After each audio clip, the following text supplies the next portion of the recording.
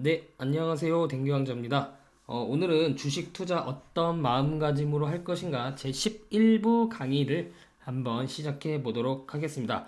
강의를 하기 전에 앞서서요. 제가 요새 감기 몸살이 좀 걸려가지고 목소리가 조금 좋지 않아도 너그러운 마음으로 양해 부탁드리도록 하겠습니다. 자, 그럼 시작해 보도록 하겠습니다. 자, 힘들었던 2018년도가 가고 2019년 벌써 1분기도 이제 지나가고 있습니다. 4월이면 이제 2분기가 시작이 되죠. 그동안 참 많은 주식시장에 대위기라는 것이 있었는데요. 1985년부터 1990년까지 경기 호황 국면이 있었고요. 그리고 다시 호황 뒤에 1990년대에는 경기 침체가 있었습니다. 그리고 90년대는 대중음악의 호황기였다고도 하죠. 어쨌든 90년대 경기 침체의 클라이막스는 98년 외환위기로 마무리를 하고 그리고 2년 뒤 IT 호황에 따른 버블 조정이 이어졌습니다. 이거는 마치 2016년, 2017년 반도체 경기 호황 국면과 비슷한 양상을 보이고 있네요. 그리고 2000년대에 다시 두 번째 경기 호황 국면이 이어집니다. 또 정확히는 2005년부터 2011년까지 또 어떤 분들은 2007년까지라고 보는 분들도 계시지만 제 기준으로 봤을 때는 2005년부터 2011년도까지로 보고 있습니다. 2008년 금융위기는 중간에 뜬금없이 온 거고요. 아니 갑자기 금융위기가 여기서 왜 튀어나와요? 어쨌든 경기 호황 국면이 1985년 이후 20년 만에 찾아온 거죠. 그렇죠? 경기는 사이클이 분명히 존재합니다. 제가 이 사이클에 대해서도 공부를 많이 했었는데 이 사이클은 분명히 존재합니다. 호황과 불황의 긴 사이클이 존재를 하는데 항상 경기가 좋을 수도 없고 항상 나쁠 수도 없는 건데 이 좋은 시기를 지나 나쁜 시기가 찾아오고 다시 좋은 시기가 오는 것을 반복하는데 이게 보통 20년 정도 사이클로 움직이더라라는 것입니다. 이게 기업의 설비 투자 사이클과 거의 일치를 합니다. 왜 이렇게 사이클에 따라 이러한 흐름이 반복이 되는 것이냐? 기업이 설비 투자를 하려면 돈이 필요하잖아요. 이거를 한국 돈이 아니라 달러를 빌려와서 설비에 투자를 하게 됩니다. 그래서 미국의 금리에 주식 시장이 예민하게 반응을 하고 있다라고 보시면 되겠습니다. 어쨌든 이 20년 사이클인데 뭐 정확히 20년이라기보다는 그 전으로 해서 설비 투자 사이클이 온다는 것입니다. 그래서 앞으로 2020년대 이제 장이 내년이면 시작이 되죠. 그래서 대략 2023년부터는 제3차 경기 호황 국면 1985년 그 다음에 20년 뒤 2005년 그 다음에 20년 뒤인 2025년입니다. 그 설비 투자 사이클 국면이 오는 매우 중요한 시기다라고 저는 그렇게 생각을 하고 있습니다. 정확한 시점은 예측할 수 없기 때문에 시기의 문제이지 2020년대 반드시 오게 되어 있습니다. 왜냐? 그 근거는 무엇이냐? 기업들이요 2005년부터 2011년도까지 전 세계가 대규모로 건설 투자, 설비 투자가 연쇄적으로 일어났습니다. 왜 연쇄적으로 그럼 일어나느냐? 이때 우리 기업도 가담하지 않으면 가담해서 크게 돈을 벌어 놓지 않으면 나중에 경기 불황기가 왔을 때 지금 경기 호황기지만 나중에 경기 불황기가 왔을 때 침체기 때 어려울 수 있겠구나. 손가락만 빨 수 있겠구나 하는 공감대가 전 세계 글로벌 기업의 공감대가 형성이 되는 거예요. 우리가 흔히 말하는 대세 상승장은 바로 여기서 발생을 하게 됩니다. 1985년, 2005년, 그리고 2025년 정도. 그래서 뭐 올해를 포함해서 2020년대에 주식 투자를 하시는 분들은 지금 내가 얼마나 중요한 시점, 얼마나 중요한 사이클의 시점 앞에서 주식 투자를 하고 있는지를 알고 있어야 됩니다. 지금 단순히 뭐 호가창 보고 매일매일 주가 뒷공문이 따라다니면서 외국인의 수급이 어떻더니 기관의 수급이 어떻더니 이런 걸로 눈칫밥으로 투자를 하고 거래량의 차트 이동평균선 보고 뭐 이동평균선을 이탈하면 뭐 매도를 하고 뭐 이런 식으로 매매를 결정하고 그럴 시간이 없습니다. 평생 그렇게 투자하면 결국 벌었다 잃었다를 반복하게 될 것입니다. 그렇게 계속 벌었다면 매년 15%에서 20%의 성장을 기록한 워런 버핏보다 훨씬 더 높은 수익률로 전 세계에 알려졌어야 정상인데 그런 사람은 보지를 못했죠. 결국 기업을 바라보고 중장기 투자를 하는 것이 맞는 건데 일단 주식 투자의 첫 단추는 잘 꿰다고 생각을 합니다. 결국 우리가 주식 투자로 만족할 만한 노후 준비를 하려면 그 운대, 이 대세 상승장이란 그 운대에 주식 시장에 있어야 돼요. 물론 어느 정도 실력이 되시는 분들은 이 대세 하락기나 박스권 장세에서도 기업이 돈을 잘 버는 기업들은 존재를 하기 때문에 이러한 개별 종목들을 분석해서 중장기 투자를 하면서 수익을 얻을 수 있지만 그냥 평범한 일반적인 개인 투자자라고 생각을 한다면 이 운대가 결국 맞아야 된다고 생각을 합니다. 그런데 2005년부터 2011년까지 주식시장에 있던 사람들은 그럼 모두 돈을 벌었느냐? 여러분도 아시다시피 그렇지 않죠? 그럼 왜 그랬느냐? 파악을 해보면 그때 시장에 참여한 사람들은 이 거대한 흐름을 그 당시에는 몰랐던 겁니다. 그러니까 그렇게 장이 좋았을 때도 매일매일 단타를 치다가 생각보다 큰 수익을 못 낸 겁니다. 뭐 현대미포조선, 뭐 현대중공업, 뭐 GS건설, 포스코 이런 종목들을 사서 그냥 엉덩이로 가만히 가지고 갔어야 되는데 그런 걸 몰랐다라는 겁니다. 이 경기 사이클, 설비 투자 사이클 이런 사이클이 존재한다는 걸 그 당시에는 아는 사람이 별로 없었다라는 것입니다. 2020년 경기 호황 사이클이 어쩌면 우리가 노후 준비를 할 수 있는 거의 마지막 기회다라고 저는 생각을 하고 있습니다. 그 다음에 2050년대 찾아올 건데 20년 뒤라고 가정을 하면요. 그때가 되면 나 자신보다도 우리 자식들이나 우리 손자들을 위해 투자를 하는 거지 나 자신이 경제적으로 여유로워져서 잘 먹고 잘 살기에는 이제 나이가 2050년이면 이 방송을 듣고 계신 분들 중에는 저보다 먼저 세상을 떠나시는 분들도 계실 거고 아니면 지금 30대라면 30대 초반이라면 떠날 날이 이제 얼마 남지 않은 분도 계실 것이라고 생각을 합니다. 지수 상승을 위한 대운이 왔을 때 그에 걸맞는 종목들로 구성을 하여서 엉덩이 투자를 통해서 큰 수익을 얻을 수 있는 그런 마지막 기회가 바로 2020년대 장에 있다고 저는 생각을 하고 있습니다. 그 다음 2030년도 이후의 주식 투자는, 주식 시장은 과연 어떻게 될까요? 저 같으면 안 할 것 같습니다. 아니, 대세 상승이 다 끝나고 이제 대세 하락이 기다리고 있는데 무슨 주식 투자예요? 그래서 제 주식 투자 시계는 딱 2030년도까지라고 생각을 하고 있습니다. 그 이후에는 그럼 어떻게 투자를 하면 될까요? 그 대세 상승장에 맞는 포트폴리오를 구성을 해서 자산을 불린 다음에 그 돈을 가지고 고령화 수혜주, 제약주, 음식료주 이런 걸 가지고 있을 것 같습니다. 매매 그런 거 하지 않습니다. 전혀 하지 않습니다.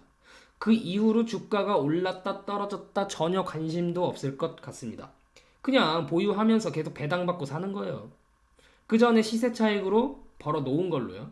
그냥 주식을 계속 보유를 하면서 계속 배당을 받고 사는 겁니다.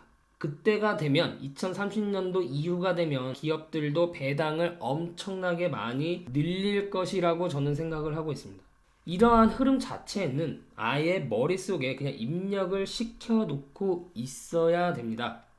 이 사이클에 대해서는 제가 이전 방송에도 여러 번 설명을 드리긴 했는데 그 다음 방송에 제가 다시 한번 정리를 해서 녹화를 해두도록 하겠습니다. 반복적으로 들어보시고 네 말이 좀 맞는 것 같다라고 생각을 하신다면 저와 같은 투자 전략을 구상을 하셔서 장기적인 플랜을 짜 나가시면 더욱 좋을 것 같습니다. 자, 그래서 다시 2018년도를 되돌아보면 지수가 위에서 상당히 많이 떨어졌습니다. 아마 여러분들 계좌도 사이버머니 상으로는 엄청난 손실이 있었을 것이라고 생각을 합니다. 이전부터 투자를 시작해서 2017년도까지 수익을 입었다면 다시 2018년도에 제자리 원상복구 되었을 가능성도 높겠죠. 근데 여러분 투자 인생에서 이런 현상은 앞으로도 매년 아니면 뭐 매분기 반복될 수 있습니다. 그렇죠? 힘들게 그동안 몇 년 동안 수익을 쌓아 올리고 있었는데 뭐 하루아침에 시장이 폭락해가지고 한순간에 뭔가 제자리에 놓이게 되면 굉장히 허무하지 않을 수가 없겠죠. 예를 들면 3년 동안 차곡차곡 벌어놓고 있었는데 1년 만에 다시 제자리로 돌아온다면 그 3년이라는 시간이 뭔가 허무하게 느껴질 수도 있겠죠. 이게 미스터 마켓 시장의 속성이라고 저는 생각을 합니다. 자, 그럼 이때 나는 과연 어떻게 할 것인가? 시장이 이렇게 주저앉는 것들이 반복적으로 진행이 될 텐데 이럴 때 과연 나는 어떻게 할 것인가? 그 어떻게 할 것이냐라는 생각을 하기 전에 이 전체적인 경기 사이클과 주식시장의 지수의 방향이 어떻게 중장기적으로 움직일 것인가에 대해서 그 전에 간단히 설명을 드렸습니다. 자, 그럼 이제 어떻게 할 것이냐? 이런 시월과 같은 장세가 오면 나는 그때 다시 어떻게 할 것이냐? 근데 이때는요, 그 유명하다는, 그 주식 투자를 잘한다는 슈퍼 개미들도 다 물려 있습니다. 슈퍼 개미들도 2018년에 샀던 물량들은 다 물려 있습니다. 좋은 기업이라고 사서 매수를 했는데 그것도 나름대로 싸게 샀다고 생각을 했는데 시장 상황에 따라서 감염이 돼서 일시적으로 좀비가 되는 것을 그들도 어찌하겠습니까? 근데 그들은 어떻다? 시장이 회복되면 다시 시장이 백신을 맞으면 내 종목들이 가장 빠르게 회복될 것이라는 확신과 믿음이 있습니다. 왜냐하면 시장 지휘력이 있고 경쟁력이 있고 사업성이 좋고 돈을 잘 벌고 있는 회사라는 그 믿음, 그런 회사에 내가 투자했다라는 믿음. 물론 그렇게 분석을 많이 했어도 필연적으로 실패하는 종목들이 슈퍼개미들도 생기게 마련입니다. 아니 슈퍼개미든 우리든 신이 아닌 이상 필연적 실패를 해지하기 위해서 분산 투자를 하는 겁니다. 또한 지난해처럼 시장의 필연적 실패를 해지하기 위해서 인버스에 투자하는 방법도 있습니다. 인버스로 떼돈을 벌겠다는 의미가 아니라 장기 투자자들은 시장이 하락하면 대응할 방법이 전혀 없습니다. 그 주식을 애당초 살 때 손절을 하려고 산 게 아니지 않습니까? 단순히 시장이 빠져서 손절을 하는 게 아니라 그 기업이 내가 예상했던 방향과 다르게 움직일 때 손절을 해야 되는데 그런 상황이 아니라 단순히 시장 전체가 수급에 문제가 있어서 하락을 하는 것이라면 그 어떤 대응도 할 수가 없습니다. 그걸 해지하는 용도로 인버스를 활용을 하는 겁니다. 물론 이것은 어느 정도 시장 경험이 쌓인 투자자들에게만 권유하는 방법이지 초보자분들에겐 절대로 인버스 투자를 권유하지 않습니다. 그들은 언제 어느 시기에 인버스에 투자해야 되는지 전혀 감을 못 잡습니다. 지금은 여전히 시장이 저평가되어 있기 때문에 인버스의 투자 메리트는 떨어지는 것도 사실입니다. 나중에 시장 상황이 좀 좋아지거나 그럴 때 약간 트레이딩 관점으로 인버스를 조커패로 활용해 볼 수는 있겠죠. 저도 2018년도에 샀던 종목들이 5G를 제외하고는 대부분 폭락을 했습니다. 뭐 저라고 별 수 있었겠습니까?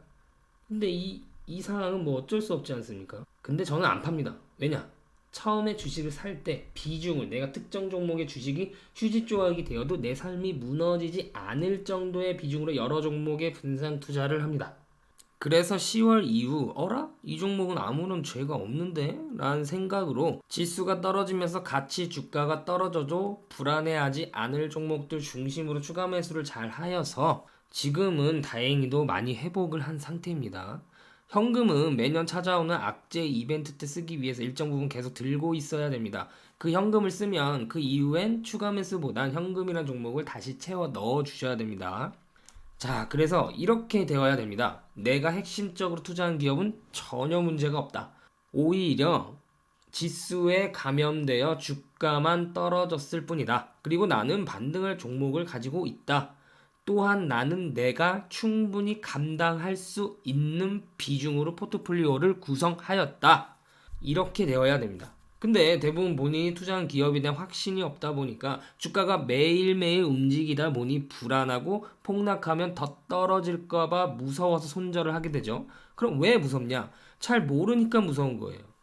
공포는 무지와 내가 컨트롤할 수 없는 일에 나오는 건데 주가도 내가 컨트롤할 수 있는 부분이 아니잖아요. 그 상태에서 내가 투자한 기업에 대해서 잘 모른다면, 잘 모르는 상태에서 비중만 왕창 크다면 그 공포를 이겨낸다는 것은 인간이면 거의 불가능에 가까운 일이라고 생각을 합니다. 주식 투자 비중이 커서 이 돈 잃으면 내 인생 완전 끝장나는데 라는 마음이 들 정도의 비중은 절대로 안 됩니다. 앞으로 이런 일을 한두 번 겪는 게 아니고 이런 일은 계속해서 일어납니다. 지수가 폭락하는 거. 이때는 좋은 종목, 나쁜 종목, 이상한 종목 다 떨어집니다. 그런데 손절하지 않고 이 종목은 반등할 것이라는 내가 처음 생각한 그 목표가로 오를 것이라는 확신을 기반으로 투자를 해야 됩니다. 단순히 주가가 떨어졌다고 해서 A씨하고 손절하는 투자를 해서는 발전 자체가 없습니다. 지수 때문에 주가가 떨어져도 버틸 수 있는 종목을 비중을 지켜서 골고루 잘 매수를 해야 됩니다. 아무리 좋은 종목도 내가 감당할 수 없는 비중으로 투자를 하게 되면 개인 투자자들은 불안해할 수밖에 없습니다. 왜냐? 이게 본업이 아니잖아요. 이 기업에 대해서 내가 뭔가 모르는 뭔가 있나? 내가 공부량이 부족해서 뭔가 알지 못하는 무엇인가 있나? 이렇게 생각을 하죠. 그래서 분산 투자를 해야 되고 분산 투자를 하다 보면 필연적으로 실패하는 종목들이 나오게 됩니다. 그러나 그 실패하는 종목이 그 포트폴리오를 무너뜨리지는 않습니다. 나중에 지수가 폭락을 하더라도 내가 버틸 수 있는 종목과 비중, 예를 들어 남북경협주 고점에서 따라 들어갔는데 주가가 계속 떨어지면 이거 버틸 수 있을까요? 실체 없는 테마주는 버틸 수 있는 종목이 아닙니다. 그건 버티는 게 아니라 그냥 포기를 한 거예요. 트레이딩 종목들은 비중으로 버티는 것이고요. 실적 대비, 가치 대비, 자산 대비 저평가된 성장주, 우량주 내지는 턴어라운드 주식들은 내가 분할 매수한 자리부터 이미 저평가된 자리에서 매수를 했기 때문에 설령 지수 때문에 주가가 더 떨어지더라도 이렇게 생각을 하는 거죠. 아, 나도 싼 자리에서 여러 번 매수를 했는데 주가가 요새 지수 때문에 더 떨어지네? 에이, 지수는 뭐 내가 맞출 수는 없는 거잖아. 그럼 오를 때까지 기다리지 뭐. 라고 생각할 수 있는 종목들이 내 포트폴리오의 핵심 종목들이 되어야 됩니다. 반대로 지수를 예측해서 투자하는 사람들이 있죠. 왜냐하면 기업 분석은 귀찮고 어려운 일이기 때문입니다. 실적 대비 저평가된 종목, 가치 대비 저평가, 자산 대비 저평가된 종목, 성장주, 우량주, 아니면 실적이 최악인 턴어라운드 종목들을 발굴하는 방법. 이건 결코 쉬운 일이 아니죠. 그래서 좀 더 쉬운 길을 택하게 됩니다. 예측을 할 수 있어서 쉽다는 게 아니라 그런 방식으로 투자를 하는 게 편하고 쉽기 때문에 그쪽으로 가게 됩니다. 그래서 지수를 예측을 해서 투자하는 사람들이 있는데 그거는 결코 저는 투자는 아니라고 생각을 합니다. 거기에 인생 걸 수 없습니다. 그 사람은 인간이 아니라 신이 되려고 하는 사람이라고 생각합니다. 그러니까 지수만 보고 투자를 하니까 뭐 기업가치 볼 필요도 없죠. 뭐 맨날 뭐 세계 증시 확인하고 뭐 트럼프가 어쨌는 시진핑이 어쨌느니 브렉시트가 어쨌느니 뭐 이런 것만 계속해서 그냥 연구하고 뭐 이런 걸 가지고 이제 지수를 예측해서 투자를 한다는 건데 그거 뭐 백날 해보세요. 그거 맨날 시세만 보고 이동평균선만 보고 그러겠죠 뭐. 그리고 자기는 투자를 한다고 생각을 하겠죠. 매년 이러한 악재 이벤트가 발생할 것이다 라는 것을 가정해서 이것을 버틸 수 있는 종목들을 사셔야 됩니다. 계속 강조를 드리지만 예를 들면 5G 같은 거 있잖아요. 지수 때문에 주가가 하락해도 이런 건 버틸 수가 있잖아요. 왜냐? 반드시 올 미래니까. 그런 거 아니면 압도적 1등 기업이라든지 아니면 뭐 시장 점유율이 압도적이라든지 그리고 뭐 압도적인 글로벌 최상위 기업이라든지 자기가 사업을 하는 내에서요. 아니면 향후 1년, 2년 뒤에 실적 상승이 예상되는 기업이라든지 지수가 하락해서 모든 종목이 떨어질 때는 그동안 주가가 올라서 구경만 하는 종목들 중심으로 관심을 가져야 됩니다. 이미 분석이 다 끝나 있어야 돼요. 주식만 사지 않았을 뿐이지 아니면 추가 매수를 더 안 했을 뿐이지. 근데 그런 종목들의 비중이 이미 내 포트폴리오에서 다 다 차져 있으면 버텨야 됩니다. 추가 매수 없이. 이 비중의 원칙이 흔들리면 막무가내로 그냥 주가가 떨어졌다고 이것저것 사게 되는데 그러시면 안 됩니다. 그러면 비중이라는 내 투자 원칙이 완전히 무너지게 됩니다. 그러면 그것이 향후 투자를 할 때 악영향을 미치게 됩니다. 올해 2000포인트 언저리부터 다시 시작하는 이 국면에서는, 그리고 2020년대를 맞이하는 이 시점에서 저는 자신이 있습니다. 지난해처럼 대부분의 종목이 떨어진다? 그건 종목 선정의 문제가 아니라 시장의 문제잖아요. 그리고 앞으로 2년과 3년간 실적이 좋아질 것이라고 판단하고 들어갔기 때문에 저도 사람인지라 지수가 이렇게 폭락을 하면 스트레스를 받을 수밖에 없지만, 에이, 뭐 팔 사람 다 팔면 그때부터 주가가 또 오르겠지 뭐. 지금이 금융위기보다 더 심한 상태가 아니라 금리 인상 우려감으로 시장이 경기를 일으킨 거라면, 근데 자산 가치가 2008년과 비슷한 위치라면, 그리고 파월 의장이 금리 인상 속도 조절에 나서겠다고 했으면 싼 위치가 아닐까? 그냥 이렇게 생각을 합니다. 주식 격언 중에 남들이 살 때 따라 사고 남들이 팔 때 따라 팔지 말라고 그러잖아요.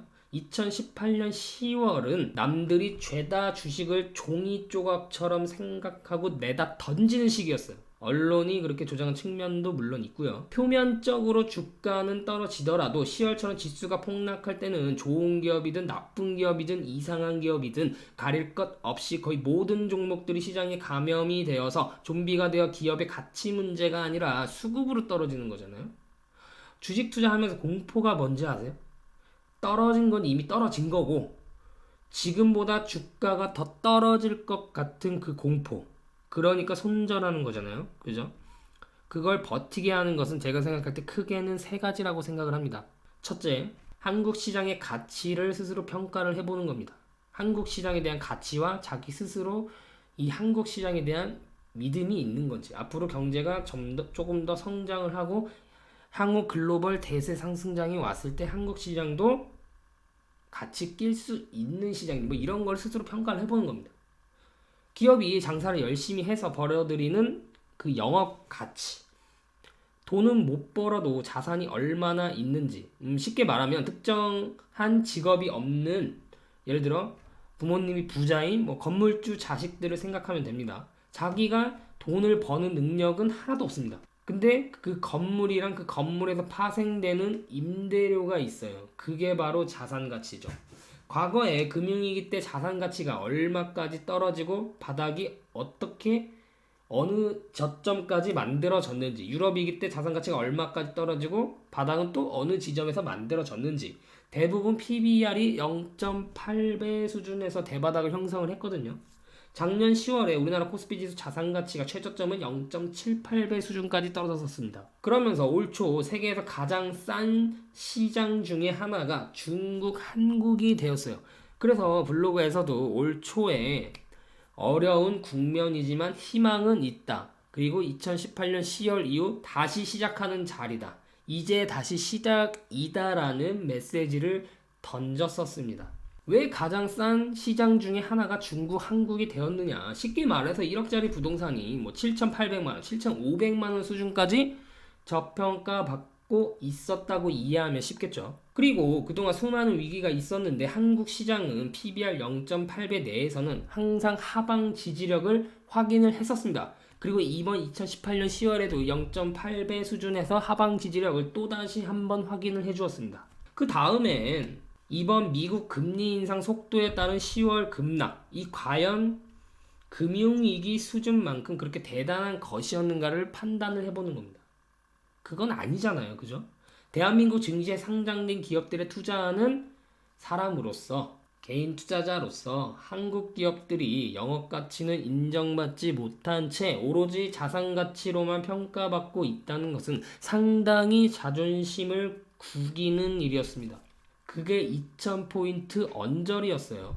저는 지수가 2000포인트까지 빠졌을 때 장중에라도 살짝 이탈할 것 같다는 그 느낌은 들었습니다. 왜냐? 거기서 자기 스스로 마지노선이라 생각을 하고 손절을 이미 대기를 하고 있는 물량들이 상당히 많이 있었을 것이라고 생각을 합니다. 기업을 보는 게 아니라 주가를 보고 지수를 기준으로 자기 기업을 판단하는 사람들이 상당히 많죠. 제가 봤을 때는 이번 한국 지수를 움직일 수 있는 그 거대한 자본 세력들이 일부러 좀 더 경쟁적으로 지수를 하락시키면서 서로 지들끼리 한국 시장의 하방 지지력을 또 한번 확인해 볼까 하고 다시 한번 테스트를 시킨 것 같아요. 2011년 글로벌 경기 확장 국면이 끝난 2011년 글로벌 경기 확장에 따른 대규모 투자와 건설이 끝난 시점에도 한국 시장은 주가가 대세 하락을 하지 않고 하방은 1800포인트를 기준으로 박스권을 형성을 하면서 다른 신흥국 대비해서 하방 지지력이 있다는 것을 평가를 받았습니다. 그때는 이제 2011년 경기 호황 국면이 끝나고 본격적인 경기 침체 국면으로 들어간 상황인데 그 상황에서도 북한과의 뭐 관계가 안 좋아지거나 뭐 북한이 뭐 핵을 쏜다고 위협을 하거나 미사일을 쏘거나 그럼에도 불구하고 하방을 1800포인트 근처에서 버텨주었다라는 것은 그만큼 한국 시장과 한국 경제에 대한 펀더멘털이 상대적으로 다른 신흥국 대비해서 강하다라고 볼 수 있는 대목입니다. 다른 신흥국 국가들을 보면요, 2011년 이후 박스권이 아니라 오히려 하향 추세를 그렸던 나라들도 상당히 많습니다. 이번에는 예외적으로 2년 동안 반도체 초호황 사이클로 지수의 영향력이 큰 삼성전자와 하이닉스의 주가가 올라가는 바람에 지수가 박스권을 돌파하고 상승을 했지만 이 반도체 산업만으로 지수를 땡기기에는 어렵습니다. 결국 글로벌 건설 설비 투자가 뒷받침이 되어야 되는데 2011년 이후 아직까지는 글로벌 경기가 여전히 바닥을 통과하는 국면이지 올해부터 본격적인 회복 국면은 아닌 것으로 현재까지는 판단이 됩니다. 이 글로벌 경기가 회복 국면으로 넘어갈 때까지 지수는 다시 한번 박스권을 잡을 가능성이 높습니다. 수순이죠, 뭐 수순. 예상 밴드를 그려본다면 2150포인트에서 2350포인트 사이 정도로 저는 일단 보고 있습니다. 그래서 제가 이 그래프를 설명을 드리면서 한국의 영업 가치는 인정받지 못하고 오히려 자산 가치로만 평가를 받고 있는 상황에 따라서 이 영업 가치와 자산 가치의 갭 차이가 상당하기 때문에 이 갭을 메꾸려면 둘 중 하나밖에 없다. 이 영업 가치가 떨어지거나 자산 가치가 올라서 메꾸어야 되는데 현재는 주가 지수가 오르면서 이 자산 가치 평가가 증가를 하면서 현재는 PBR 0.9배 수준으로 맞춰져 있지만 여전히 이 갭 차이는 존재를 하고 한국 주식시장은 여전히 싸다라고 저는 판단을 하고 있습니다.